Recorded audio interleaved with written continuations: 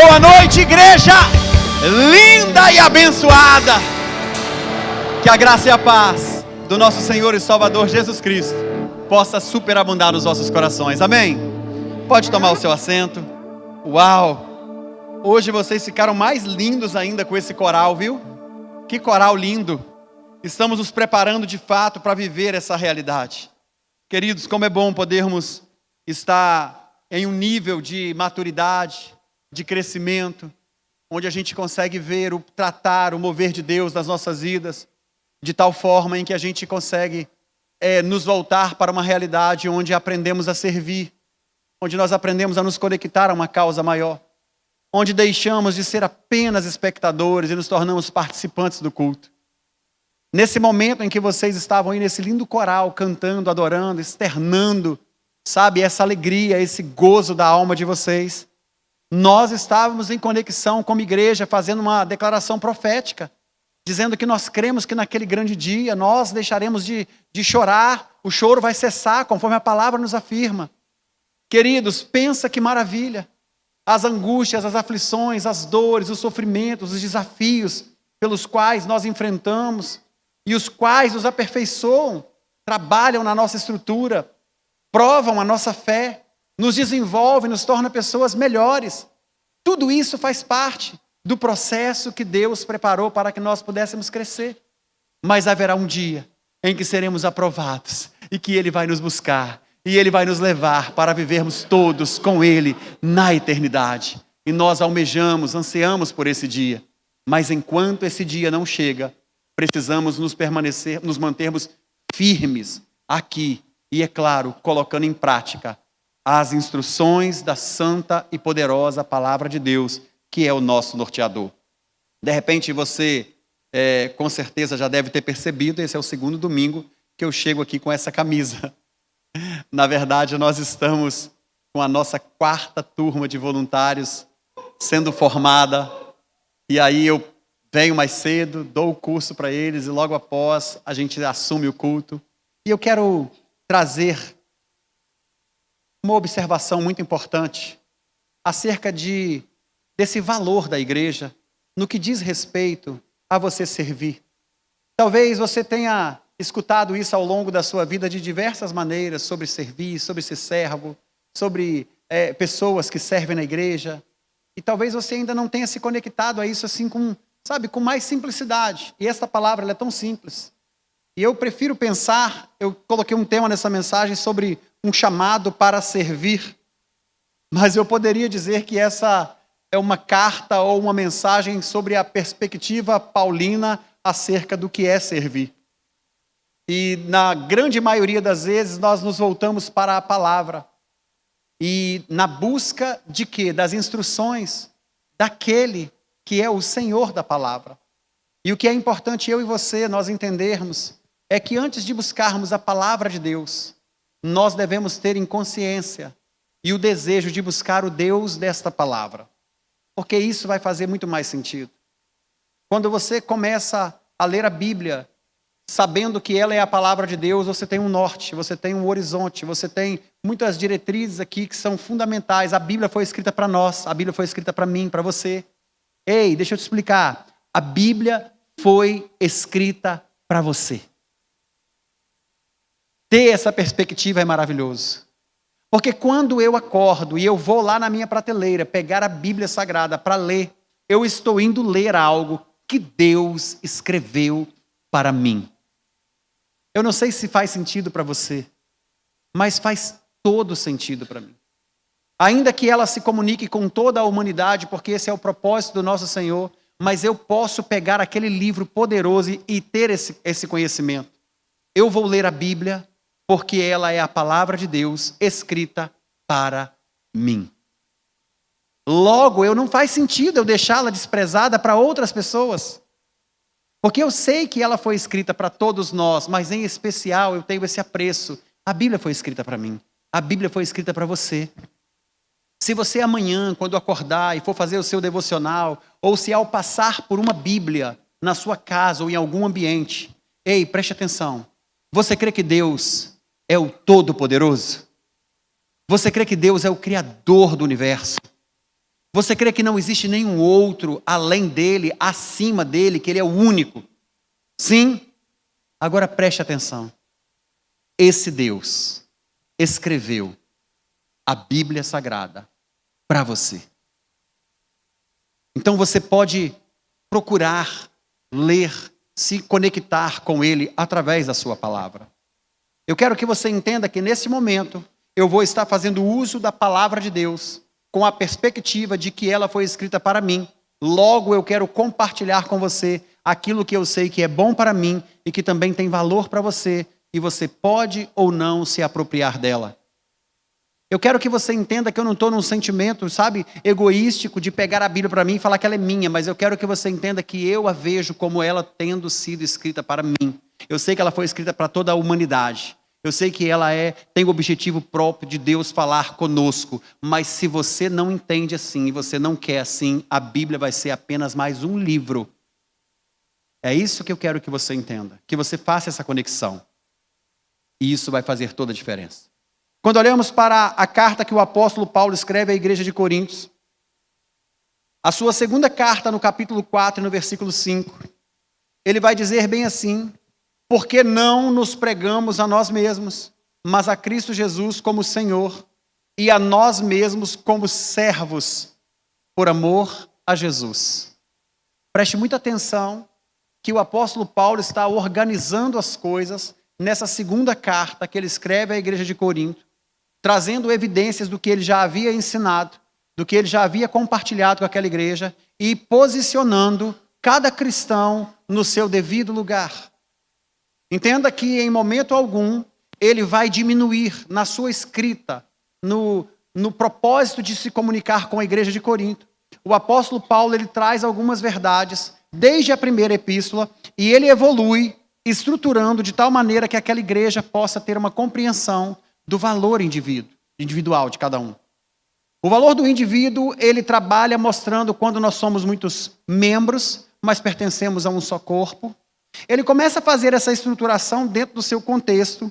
Esta era uma igreja que nos seus primeiros capítulos ele mostra o quanto ela é abençoada, o quanto ela recebeu os dons de Deus, o quanto ela estava avivada, o quanto ela estava num cenário, veja bem, uma região cosmopolitana. A igreja de Corinto era uma igreja que ela estava em um local que era um tanto quanto complexo, porque ela estava situada em uma área portuária, onde pessoas de vários lugares do mundo, eles chegavam ali, a cultura era complexa, uma etnia, os costumes, os valores, um lugar de muita prostituição, um lugar completamente, sabe, propenso à imoralidade. E a igreja estava situada e ela trazia para si, olha que coisa linda, várias pessoas de costumes e culturas diferentes. E essas pessoas chegaram ali para aprender a verdadeira palavra de Deus. Agora você imagina. Grego, judeu, romano, pessoas de vários lugares, servos, escravos, pessoas da sociedade em um nível mais elevado, pessoas mais simples, mais humildes. Só que todos eles, quando entravam pelas portas daquela igreja, eles tinham algo em comum que eles desconheciam. Talvez você não saiba disso, mas quando você também passa pelas portas dessa igreja, você tem algo em comum conosco e pode ser que você desconheça isso, mas nós temos algo em comum. Somos todos criados por Deus para a sua glória e Ele quer nos alcançar para estarmos no lugar de seus filhos. Somos feituras deles para esse propósito. Em Cristo nós somos todos irmãos. Você não é diferente de mim. E quando esse povo entrava e estava ali, eles começavam a entrar em contato com a verdade. A palavra que era ensinada, ela trazia os confrontos para a transformação da vida. Ele vai escrever para uma igreja que no seu primeiro capítulo ali, ela tem problema com divisão. Pensa numa igreja que tinha divisão. Pensa numa igreja que com o seu avanço, com o seu crescimento, começou a ter problema de níveis que vocês não imaginam. Uns questionando acerca da autoridade do apóstolo Paulo, outros trazendo a evidência de Apolo. E aí eles começam a decidir quem é que está debaixo de qual apostolado, quem é que está debaixo de qual liderança, quem é que governa, quem é que domina. E começa uma divisão, começa uma facção terrível, onde o apóstolo Paulo vem trazendo ensinamento. Ei, parem com isso. Nós somos o mesmo povo, a mesma igreja. Um vai plantar, o outro vai colher, um vai regar, o outro vai colher, é assim. Isso que nós estamos fazendo aqui é dando sequência a essa grande obra, que começou lá atrás, através do apóstolo, está sendo agora nutrida, regada, cuidada, cultivada, para que ela continue crescendo, mas amanhã virá. Que tem um evento acontecendo, que tem esse tipo de equipamento, logo eu posso deduzir uma solução prática, mas que tem que ser observada por quem? Por um profissional. Porque a minha hipótese pode estar equivocada, pode ser outra coisa. Mas entende que tem um envolvimento, uma experiência latente, que está pulsando e que está acontecendo? E isso é fazer parte.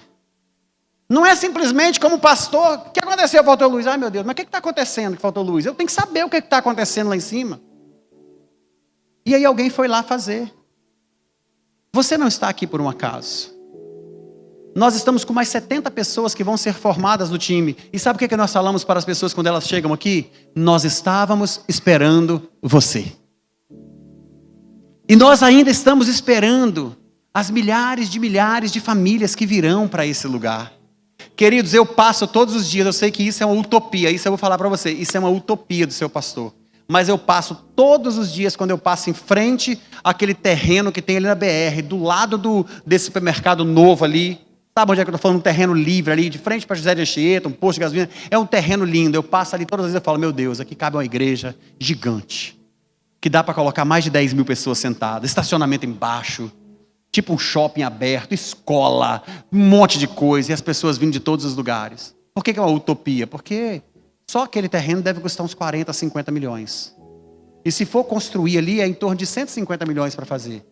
Mas eu falo que cabe, eu sei que dá. Falo, Deus, aqui dá uma igreja linda. Eu sei que é possível. E já é até dos Correios. Aquele está lá, uma placa lá. Pertence aos Correios. Você acha? Eu olho todo o detalhe, uai. Do Senhor é o ouro, a prata e tudo que há na terra. Vai que dá uma loucura em alguém. Eu vou orando, queridos. Eu vou orando. Não sei. Quem responde é Deus, uai. Do nada alguém chega e fala, tem uma pessoa orando, vai lá e dá esse terreno lá para aquela igreja. Aí eu falo, meu Deus do céu, o que eu vou fazer com esse terreno agora, Senhor? Entendeu? Porque é só o terreno, mas é assim, nós temos uma semente, a nossa semente é essa aqui. Enquanto nós não podemos ter aquilo, nós fazemos o melhor que podemos aqui. Hoje somos um número, amanhã temos uma galeria, depois temos 2 cultos, temos 3 cultos, temos 4 cultos. Imagina, se nós tivéssemos hoje 3 mil membros fiéis e ativos, nós compraríamos aquele terreno. Você entende?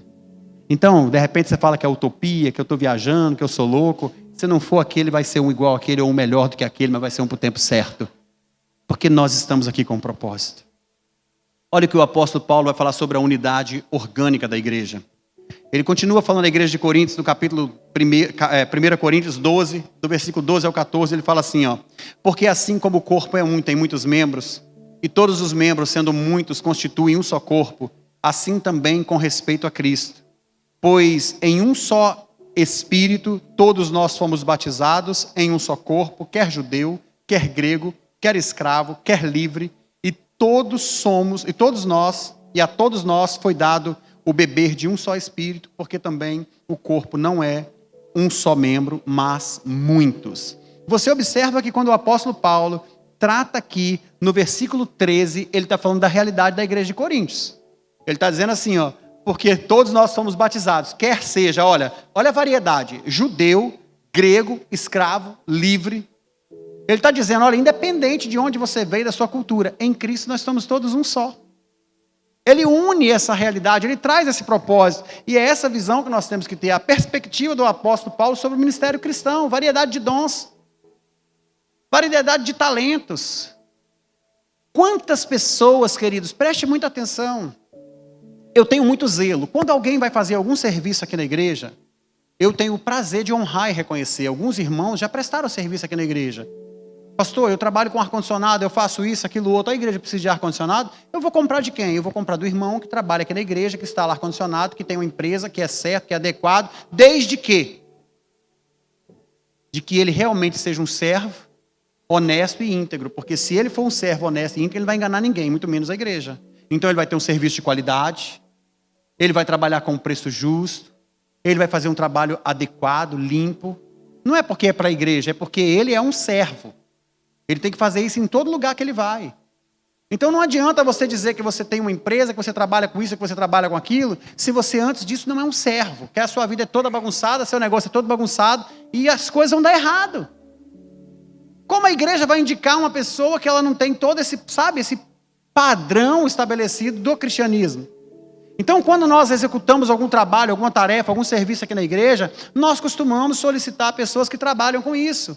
E é claro, nós queremos pagar pelo serviço, porque é justo, é o trabalho das pessoas.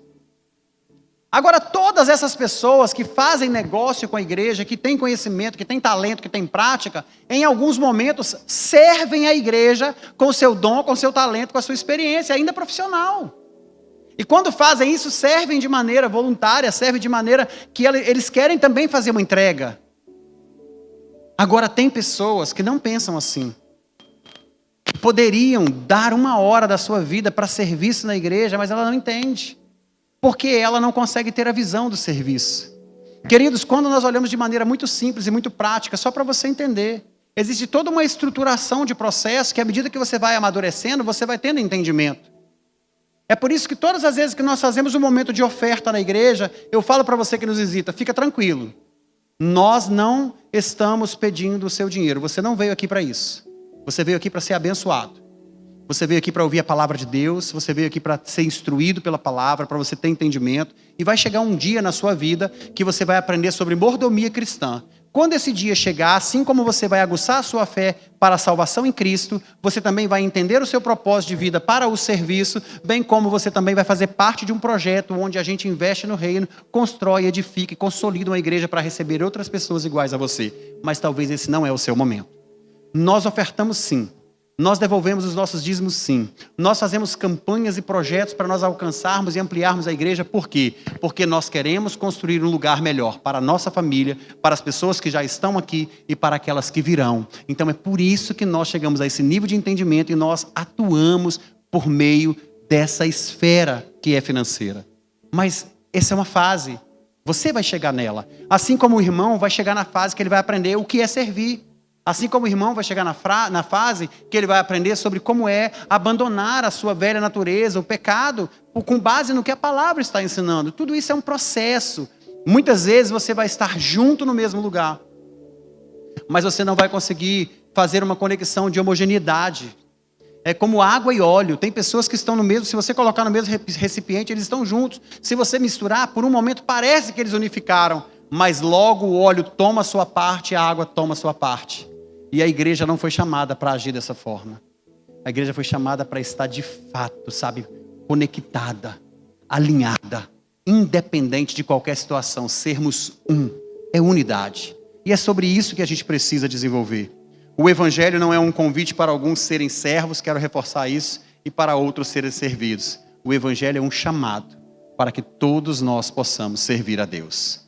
E aí, quando nós pensamos sobre isso, o serviço que nós temos acerca de um avanço dentro da realidade da nossa vida profissional, entenda, o que na maioria das vezes acontece quando eu e você nós vamos, não sei se você já teve essa experiência, você vai num restaurante, uma casa que você já está acostumado a ir para poder jantar, quem sabe para almoçar, e aí vem te atender o garçom. O que é um garçom, né? Tem pessoas que pensam assim, queridos.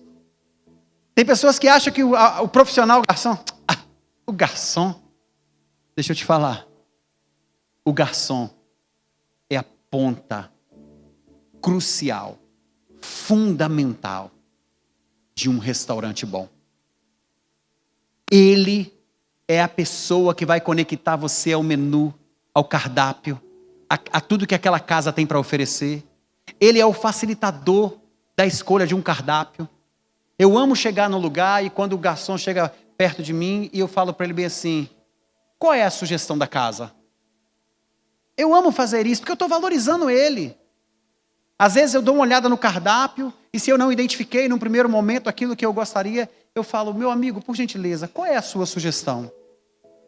Aí ele pergunta, o que o senhor pretende comer? Eu falei, olha, eu estou aqui com a minha família e eu queria comer algo mais ou menos assim. Aí ele faz, sabe o quê? Pega ali o cardápio e fala, olha, nós temos esse prato aqui que serve dessa forma, que se o senhor acompanhar com esse aqui é legal, que se o senhor fizer assim fica bom, tal. Aí eu falo, muito obrigado. Discuto com a minha família e aí, o que nós vamos fazer? Vamos ficar com a sugestão dele. E aí eu vou lá e aceito. E às vezes não. Mas preste atenção. Não é só um garçom. Qual é a diferença de uma pessoa que trabalha como garçom, porque está passando, precisa só suprir as suas necessidades, e arrumou um emprego, uma oportunidade e começou a trabalhar, para um garçom que ama o que faz e que trabalha, sabe, com excelência, e que aquilo ali não é um passatempo. Vou te dar um exemplo muito simples. Qual é a diferença de você ter na faculdade um professor que ele atua como professor em uma certa disciplina, para um outro professor que, além de atuar como professor numa certa disciplina, também atua no mercado de trabalho, exercendo a função naquela disciplina? Qual é a diferença dos dois? A teoria e a prática. A vivência atualizada do dia a dia. Qual é a diferença de você olhar para uma pessoa que fez um curso de voluntário só para vestir uma camisa, daquele que realmente ama ser o voluntário? O que eu estou querendo mostrar para você é que nós somos, a Bíblia fala que nós precisamos ser dispenseiros dessa graça, dessa dádiva. Está em nós o servir, o entregar, abrir esse catálogo, abrir esse cardápio, abrir esse menu e oferecer para os outros. Olha isso que nós temos. Quando alguém entra naquele lugar, nós estamos posicionados cada um para prestar um serviço de excelência, para que a pessoa possa viver uma experiência incrível e sobrenatural com Deus neste lugar. Quando você entra neste lugar, nós estamos aqui para que você possa se conectar e viver essa experiência. É para isso que nós servimos, que nós trabalhamos, alinhamos todo o processo. Então, o que nós estamos fazendo lá embaixo com mais essas 70 pessoas é preparando elas para estarem junto conosco, atuantes, ativos, porque a palavra do Senhor nos estimula isso. Agora, qual é o grande X da questão? Na nossa vida profissional, estamos sempre dando mais um passo, no intuito de, quem sabe, amanhã eu estou em um outro degrau, e esse outro degrau vai me proporcionar mais status, e eu vou crescer para um outro, e eu vou crescer para um outro. Os homens buscam um momento de crescimento tão excelente, ao ponto de terem muitos servos, para depois que terem muitas pessoas trabalhando para si, eles poderem dizer: agora eu sou realizado, porque eu tenho muita gente que é submissa a mim e me serve. Isso não é diferente em lugar nenhum, se você não mudar, se não transicionar a sua mentalidade, o seu coração. E foi por isso que Jesus, quando viu essa confusão no meio de seus discípulos, e essa é uma confusão que ela tem transpassado séculos e que ela nos visita no tempo presente, Jesus chamou os seus discípulos. Essa narrativa foi escrita por Mateus no capítulo 20, do versículo 25 até o 28, e Jesus disse assim: então Jesus, chamando para si os seus discípulos, ele disse: vocês sabem que os governadores dos povos os dominam, e que os maiores exercem autoridade sobre eles. Não é assim entre vós. Pelo contrário, quem quiser se tornar grande entre vós, será esse o que sirva a todos. E quem quiser ser o primeiro entre vós, será o vosso servo. Tal como o Filho do Homem, que não veio para ser servido, mas para servir e dar a sua vida em resgate de muitos. Eu posso até dizer que ontem, quando o Juliano foi no kart comigo, ele foi para me servir, para eu ficar em primeiro e ele ficar em último, porque vou usar esse texto para poder aliviar você, porque não foi bonito não, irmãos. Não foi sob essa ótica. Mas quantas vezes a gente quer estar em evidência, a gente quer ser o primeiro? Quantas vezes a gente quer ter o melhor resultado? E o que aqui o texto está mostrando é trazendo essa realidade para a nossa vida, para o nosso cotidiano. O quanto eu e você, nós estamos dispostos a, de fato, a dar uma atenção para o outro. Vamos trazer para a realidade prática doméstica, lá no nosso lar. Talvez a sua esposa seja uma excelente cozinheira. Na minha casa, a minha esposa é top, cozinha muito bem. E eu sei que não cabe a mim somente comprar o alimento para que ela possa fazer. Essa é parte da provisão. Essa é parte da realidade da nossa vida comum. Agora, é prazeroso quando, além de eu reconhecer esse alimento que ela faz, eu também me coloco à disposição dela, assim como os meus filhos, para juntos compartilharmos da limpeza, participar ali daquela mesa. É muito raro ela fazer o jantar e botar a mesa sozinha. Ela sempre envolve, tanto a mim quanto os meninos. Gente, está quase pronto, monta a mesa. Aí um vai lá e coloca a toalha, outro pega o prato, outro pega os talheres, outro pega isso. Gente, isso é maravilhoso. E depois nós assentamos ali juntos, em volta da mesa, comemos. E por incrível que pareça, o Dudu está assim, um exímio lavador de vasilha. Gente, que gracinha, mas é verdade, hoje ele está num nível que eu já nem sei mais como que ele chegou nesse nível. A gente acaba de almoçar, ele prontamente vai para, não é, meu bem? Ele vai para a pia, começa a lavar aqueles negócios assim. Eu falo, gente, quanto eu sonhei com isso. Porque é um ensinamento, é uma aprendizagem. E ele desenvolveu. Antes eu falava assim, pai, por que você não faz isso? Eu falava, porque eu tenho você. Mas de uma maneira de brincar, de ajudar, de desenvolver. Hoje ele faz no automático, ele levanta da mesa, ele vai lá, uma gracinha, pega as vasilhas, limpa, organiza, seca, guarda. Ele vai ser muito feliz no casamento. Porque ele aprendeu que não é um pesar, que não é um sacrifício, que não é uma dor, é um serviço com um propósito. Nós estamos nos servindo dentro de casa, nós estamos cuidando um do outro, aliviando a carga. E às vezes nós não conseguimos ter essa visão de fazer isso dentro de casa. Às vezes é um detalhe. Às vezes só de você não bagunçar, às vezes só de você não sujar, você já alivia. Porque tem gente que além de não ajudar, ainda suja muito, bagunça muito. Então começa, já que você não está ajudando a limpar, começa não sujando, que já é um resultado positivo. E depois você vai evoluindo para você também compartilhar. Experimenta um dia fazer uma comida para sua esposa. Faz uns 3, 4 testes antes, entendeu? Porque para poder não ser uma primeira impressão muito negativa. E você pode ter certeza, eu não sei como é a sua esposa, mas se for como a minha, ela vai falar, não, tá horrível. Se ficar bom, ela vai falar que tá bom, mas se não tiver bom, ela vai falar, meu bem, não faz mais isso não. Tem que treinar mais. Na pior das hipóteses, você pode chamar um chefe para sua casa, que vai lá te ensinar como é que faz, porque tem isso também. Você não sabe fazer? Convida um chefe, olha, como é que é? Contrata um chefe que vai te ensinar a fazer e você vai. Você vai entregar um arroz com feijão maravilhoso, ou fazer um prato melhor. São coisas simples que nós precisamos colocar em prática. Então, se você não consegue fazer isso na sua empresa, não importa se você é o gerente, se você é o dono, demonstre para as pessoas que você tem empatia, que você é grato pelo serviço delas, que você é apto para fazer aquilo, e como você gosta que seja executado, se aproxima de pessoas para você impactá-las. Porque essa é a nossa missão, esse é o nosso... Paulo, ele entendeu isso claramente, quando ele começa agora a estruturar as questões do ministério cristão. Quando ele escreve aos Gálatas, olha o que ele fala, Gálatas 2, 19 ao 20. Porque eu, mediante a própria lei, morri para a lei, a fim de viver para Deus. Eu estou crucificado com Cristo.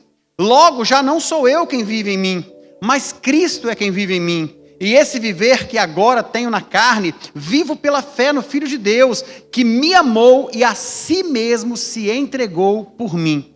Qual é o resumo clássico dessa palavra? Ele está dizendo, se Cristo se entregou, morreu por mim, eu também estou disposto a mortificar a minha carne, a me entregar em prol do Evangelho, para que eu também possa servir os outros, para que eu também possa alcançar os outros. Eu abro mão disso. Eu desejo servir, eu desejo viver, eu desejo me entregar. Esse é um propósito lindo, é um propósito com um objetivo claro. Agora, o que nós precisamos entender de maneira muito simples. Nós não podemos fazer a história do passado. Você não foi chamado para fazer o que tinha que acontecer no passado. Entenda isso.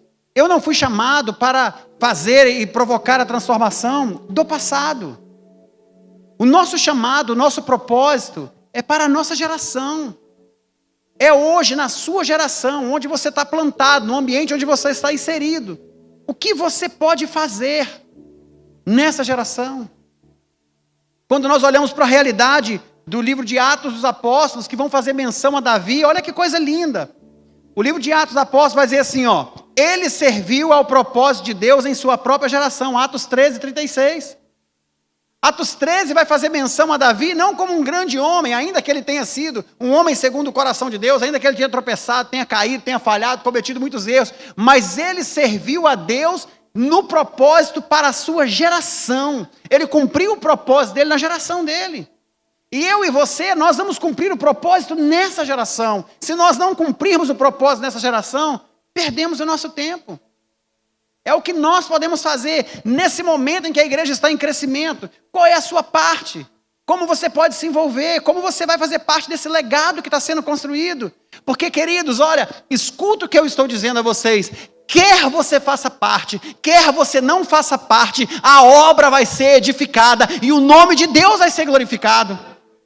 Você pode chegar daqui a 10, 20, 30 anos e falar assim: eu pertenço a essa família espiritual, eu faço parte. Eu lembro de quando eu cheguei ali, que estava tudo desestruturado, que ainda as coisas estavam sendo organizadas, e eu fiz parte de tudo isso que foi consolidado, de tudo isso que foi edificado. Ou você vai dizer: rapaz, eu vi tudo isso aí acontecer, viu? Eu lembro mesmo, vi. Demorou um pouquinho, mas os irmãos fizeram. É o mais comum, queridos. É o mais comum. Você convive com pessoas que estão trabalhando, estão fazendo algo, enquanto às vezes você está descansando. E aí você acha que ele dorme e acorda médico no dia seguinte. Eu estava com a equipe do Ministério de Louvor e eu falei para eles bem assim: vocês acham que o irmão que chega aqui, o irmão Jean chega aqui para tocar no domingo, e o que ele toca no domingo é fruto do que ele aprendeu, do que ele ensaiou na sexta-feira? Vocês estão equivocados. O que o irmão está fazendo no louvor no dia de domingo é fruto de uma vida inteira de dedicação. Aí a pessoa acha que foi um ensaio de sexta-feira. Eu não vou poder ir no ensaio de sexta-feira, logo não vou poder tocar, porque não vai dar para eu poder aprender. Claro, você vive de ensaio de sexta-feira. Qual é a sua vida de dedicação? O quanto você ensaia na terça, na quarta, na segunda, se dedica, se esforça. Aí acha que o ensaio vai resolver a vida. Você acha que essa mensagem que eu estou pregando aqui com você é fruto do momento de oração que eu fiz hoje de manhã e do período que eu passei na parte da tarde, orando, meditando, buscando na palavra? É isso? Experimenta amanhã acordar, ir lá e ler 2, 3, 4 horas de palavra e pensar que é isso. Não, é fruto de uma vida. É um fruto de uma vida. 17 de abril de 1997, 18 de abril de 1997, eu entreguei minha vida para Jesus. E desde então eu ando com Ele todos os dias, para que hoje, alguns anos depois, eu possa estar aqui seguro, firme, convicto, falando dessa palavra, porque eu vivo e porque eu acredito nela. Eu não tenho dúvida dessa palavra, que me aperfeiçoa e que tem poder para aperfeiçoar você. É por isso que eu digo, a Bíblia foi escrita para a humanidade, da qual eu faço parte, e eu me aproprio dela como sendo para mim, porque eu todos os dias degusto, mergulho, desfruto, almejo, desejo essa palavra, falar dessa palavra, ensinar essa palavra. Então, quando nós olhamos essa realidade, Davi, ele cumpriu o seu propósito da sua geração. Um outro detalhe interessante que nós podemos observar em Davi, é que Davi não aceitou usar a armadura do outro. Nós estamos vivendo uma geração em que ela não consegue se apropriar do seu propósito, do seu tempo, as coisas estão passando e ela está falando: não é para mim, tem muita gente para fazer, não, está tudo bem. E quando as oportunidades aparecem, elas querem se apropriar da armadura do outro. A armadura do outro não foi feita para você. Deus tem uma armadura na sua medida. Deus tem para você um ministério no tamanho que te compete, que te confere. E olha, entenda uma coisa, Deus é tão maravilhoso. Observa aquele crustáceo, que ele se apropria de um caracolzinho, e quando ele cresce, ele muda de caracol para um maior. E aí ele cresce, ele muda de um caracol para um maior. Isso é um processo cíclico. Agora o que nós observamos é o seguinte: as pessoas se apropriando de armaduras que não são delas. E aí elas começam a crescer. E aí ao invés dela falar: gente, eu vou romper com essa armadura aqui, eu vou estragar essa armadura. E elas saírem para ir para outro lugar, elas rompem, estragam aquilo que era do outro. E que era para elas cuidarem, e elas não souberam, elas começam a inchar ali dentro. Deus tem um chamado para você, na sua geração, que se chama hoje. E Ele tem uma armadura na sua medida. E pode ser que nesse momento você nem vai usar armadura, porque o lugar em que Ele vai te colocar não precisa. Mas Ele vai treinar você. E quando você estiver pronto, quando você estiver apto, quando você estiver capacitado, você vai tomar posse daquilo. Às vezes nós nos frustramos, preste muita atenção. Às vezes nós nos frustramos na nossa caminhada de fé. E nós ficamos tão frios no nosso coração, que nós não conseguimos nos enxergar mais no serviço. Escuta. Se Deus chamou você, Ele é fiel para cumprir tudo que Ele prometeu. Aquele que começou a boa obra na sua vida, na minha vida, na nossa vida, Ele vai aperfeiçoar. Essa é uma palavra de esperança. Quando a gente cita essa palavra, nós estamos dizendo assim: ei, não se desespere, não fique, preocupado, não tenha medo, porque aquele que começou a boa obra na sua vida, Ele vai aperfeiçoar. Essa é uma palavra de esperança. Essa é uma palavra de certeza, essa é uma palavra de convicção, essa é uma palavra de fé, e que eu e você, nós temos que nos apropriar dela. Diante de qualquer desafio, diante de qualquer situação, existe uma oportunidade para que nós possamos deixar de ser simplesmente apreciadores das maravilhas e sinais, para nos tornarmos participantes do mesmo.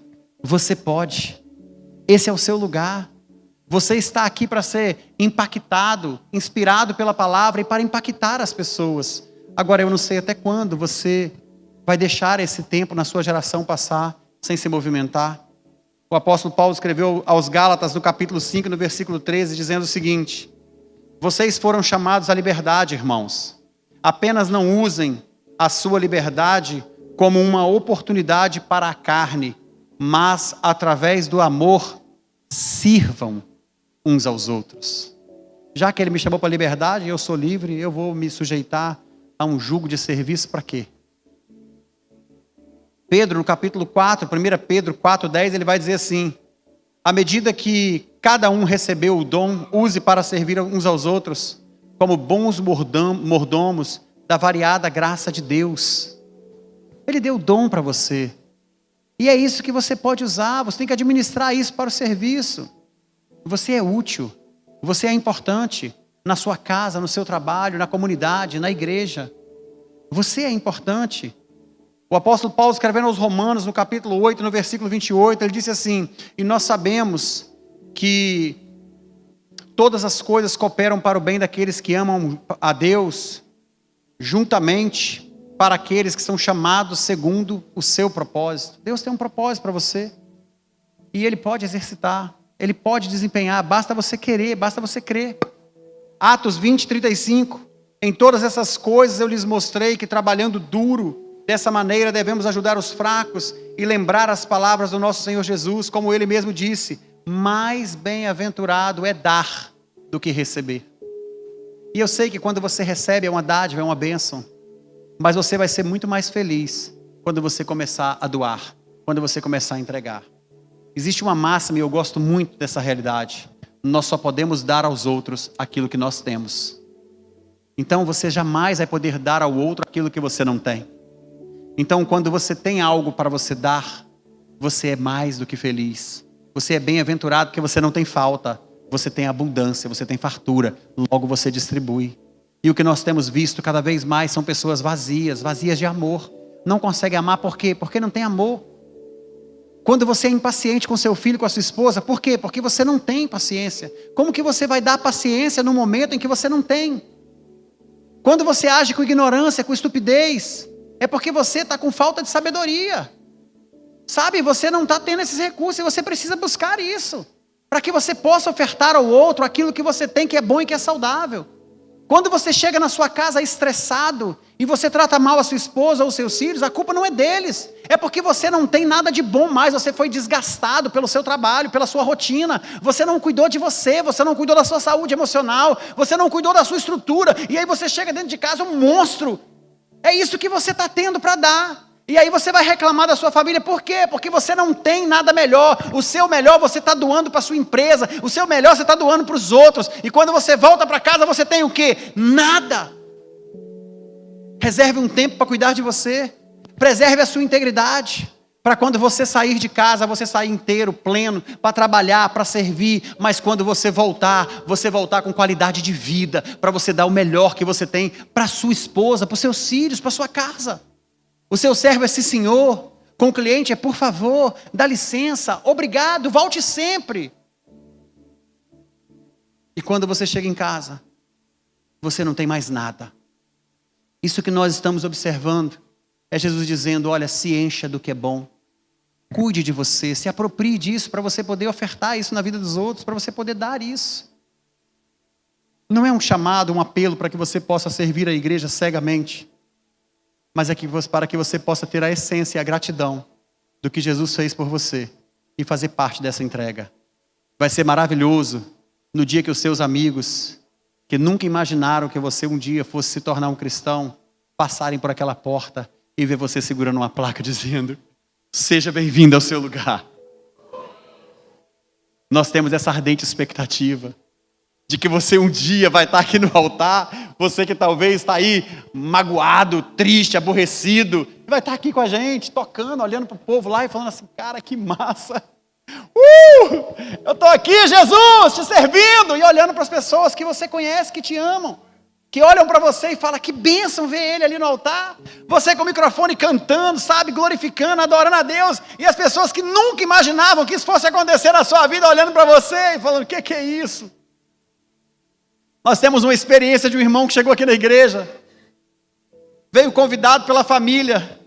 Aí quando ele chegou aqui na igreja, sentou ali, o culto acontecendo, de repente eu subi. Quando eu subi, que eu comecei a pregar, ele falou, esse cara é o pastor? Meu Deus do céu. Aí fechou todas as janelas, todas as barreiras, se resistiu ao máximo que pôde, porque não queria dar credibilidade, porque ele conhecia a minha história há mais de 20 anos atrás. E aí quando ele começou a ouvir a palavra, daqui a pouco ele está chorando. Acabou o culto, ele veio chorando e falou, cara, se Deus fez isso na sua vida, eu creio que Ele vai fazer na minha também. Eu quero voltar para Jesus. Glória a Deus. Maravilhoso. Não é por minha causa, é pelo que Deus fez na minha vida. E é isso que Ele vai fazer na sua. Você consegue entender? Hoje você parece ser apenas um espectador, mas Deus te chamou para largar as redes e ser pescador de homens. Deus chamou você para poder trabalhar, para atuar, para servir, para crescer, para desenvolver, para fazer um projeto lindo. Ele vai fazer uma obra poderosa na sua vida e vai fazer uma maior ainda através dela. É nisso que nós cremos. Então é sobre isso que esta palavra nessa noite traz para você, para mim, essa conexão com o nosso propósito. Ele não chama uns para servos e outros para serem servidos. Antes Ele chama todos para servir. Quero convidar vocês a se colocar de pé.